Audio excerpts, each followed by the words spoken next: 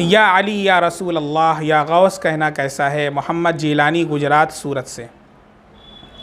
मोहम्मद अली जिलानी साहब देखें, पहला मसला तो या रसूल अल्लाह या अली या गौस का है। ये जो कहा जाता है इस सिलसिले में आवाम के अंदर यही बात मशहूर है और यही उनका अक़ीदा भी है कि उनसे मदद तलब की जाती है। या गौस अल मदद, यह अल्फाज भी बाज़ किताबों में लिखे होते हैं। जैसे आजकल पाकिस्तानी पंजसूर आती है तो आप उसमें देखें तो जगह जगह या गौस अल मदद लिखा हुआ है, या अली अल मदद लिखा हुआ है। तो जान लें, सिर्फ़ अल्लाह से इस्तिआनत और मदद मांगी जा सकती है, इसके अलावा किसी से मदद मांगना ये नाजायज़ है, चाहे अल्लाह के नबी सल्लल्लाहु अलैहि वसल्लम क्यों ना हो। ख़ुद सूरह फ़ातिहा के अंदर हम पढ़ते हैं इय्याका नअबुदु व इय्याका नस्तईन, सिर्फ़ आप ही की हम इबादत करते हैं और आप ही से मदद मांगते हैं। तो एक है इस्तिआनत, एक है वसीला। लोग दोनों के अंदर इख्तिलात कर देते हैं, मिक्स कर देते हैं, दो अलग अलग चीज़ें हैं। इस्तिआनत का मतलब मदद मांगना, ये सिर्फ़ अल्लाह से मांग सकते हैं। इय्याका नअबुदु व इय्याका नस्तईन, इसी वजह से कुरान के अंदर ये उसलूब इख्तियार किया गया।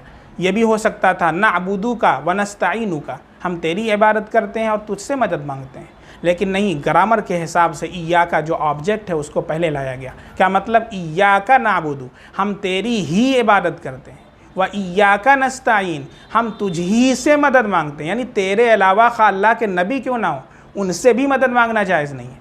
मुफस्सिरीन ने लिखा है साफ़, तो खा हज़रत अली रज़ी अल्लाह अन्हु हो या अल्लाह के नबी हों या फिर गौसे आज़म हो या कोई भी हो, उनका एक मकाम अपनी जगह पर है, लेकिन शिर्क की इजाज़त बिल्कुल इस्लाम के अंदर नहीं है। तो बिल्कुल या अली हो या गौस हो या रसूल अल्लाह, ये अगर इस नियत से इंसान कह रहा है कि उनसे मदद मांग रहा है, इस्तिआनत है, तो बिल्कुल इसकी इजाज़त नहीं है।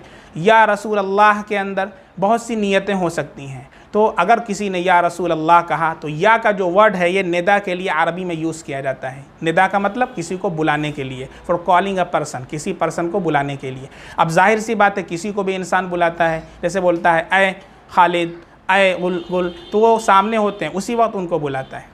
तो इसलिए हाजिर और नाजिर का जो अक़ीदा है वो या के अंदर पाया जाता है कि जैसे कोई इंसान किसी को पुकारता है, किसी को आवाज़ देता है और उसमें कहता है या फ़ुलां, तो वो हाजिर व नाजिर होता है। इसी तरीक़े से अल्लाह के नबी सल्लल्लाहु अलैहि वसल्लम के हाजिर व नाजिर के अक़ीदे के साथ या रसूल अल्लाह कहना ये बिल्कुल नाजायज़ व हराम है। सिर्फ़ अल्लाह हाजिर व नाजिर, अल्लाह की ये सिफ़त है कि अल्लाह हर जगह मौजूद है और हर चीज़ को अल्लाह देख रहा है। ये सिफ़त अल्लाह के नबी सल्लल्लाहु अलैहि वसल्लम की नहीं है। हाँ, हदीस में यह आता है कि जो बंदे और अल्लाह के नबी के उम्मती दुरूद पढ़ते हैं तो अल्लाह रब्बुल इज़्ज़त फ़रिश्तों के ज़रिए से वो दुरूद अल्लाह के नबी तक पहुँचाते हैं। लेकिन ये कि अल्लाह के नबी सल्लल्लाहु अलैहि वसल्लम बराह रास्त इस मजलिस में मौजूद हैं, जैसा कि कुछ लोगों का अक़ीदा है कि अल्लाह के नबी सल्लल्लाहु अलैहि वसल्लम ख़ुद मजलिस मीलाद में तशरीफ़ लाते हैं, हाजिर रहते हैं और नाजिर हैं, हम लोगों को देखते हैं। तो ये बिल्कुल नाजायज़ अक़ीदा है, शिरकिया अक़ीदा है। इस अक़ीदे से तौबा करना लाजिम है।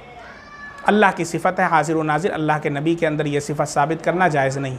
इस अक़ीदे के साथ अगर कोई या रसूल अल्लाह कहता है तो भी सरासर नाजायज़।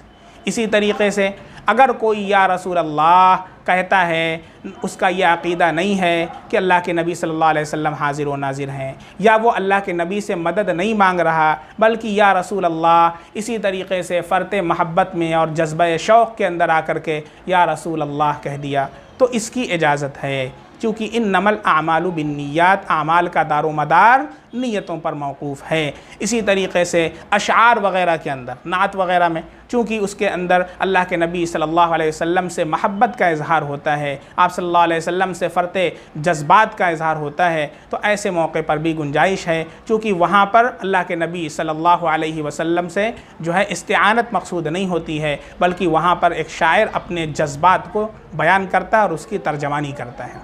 रह गया मसला अल्लाह के नबी सल्लल्लाहु अलैहि वसल्लम के रोज़े का कि अगर वही कोई वहाँ पर जाए तो आप सल्लल्लाहु अलैहि वसल्लम जहाँ आराम फरमा रहे हैं, आप सल्लल्लाहु अलैहि वसल्लम उसी हयात हैं अपनी कब्र के अंदर। ये हयातुन नबी का अक़ीदा अहले सुन्नत वल जमात का अक़ीदा है। तो आप सल्लल्लाहु अलैहि वसल्लम को वहाँ कोई पहुँच करके सलाम करता है तो आप उसका सलाम सुनते हैं, उसके सलाम का जवाब देते हैं। तो वहाँ पर मौजूद अल्लाह के नबी सल्लल्लाहु अलैहि वसल्लम की कब्र के पास कोई या रसूल अल्लाह अस्सलातु वस्सलामु अलैका या रसूल अल्लाह अस्सलातु वस्सलामु अलैका या हबीब अल्लाह कहता है तो वो बिल्कुल दुरुस्त है। क्यों? इसलिए कि अल्लाह के नबी वहाँ मौजूद हैं, सुन रहे हैं। लेकिन वो कहीं पूरी दुनिया में कहे या रसूल अल्लाह, और यह अक़ीदा हो कि अल्लाह के नबी ऐसे ही सुन रहे हैं जैसे वहाँ सुनते हैं, तो ये अल्लाह के नबी सल्लल्लाहु अलैहि वसल्लम के अंदर एक ऐसी सिफ़त का साबित करना है जो अल्लाह के लिए ख़ास है। अल्लाह रब्बुल इज़्ज़त की सिफ़त समीअ है, वो हर चीज़ को सुनने और जानने वाला है। अल्लाह के नबी सल्लल्लाहु अलैहि वसल्लम की सिफ़त समीअ नहीं है। तो इसलिए ऐसे अल्फाज से एहतराज़ करना चाहिए पब्लिक के अंदर भी कि जो मुहिम हैं शिर्क का ईहाम पैदा करने वाले और एहतिमाल पैदा करने वाले हैं। चूँकि इन अल्फाज को गुडमुड कर दिया गया है और आम तौर पर इनको गलत मानी के अंदर यूज़ किया जाता है, तो इसलिए बेहतर है कि इन अल्फाज से एहतराज़ किया जाए।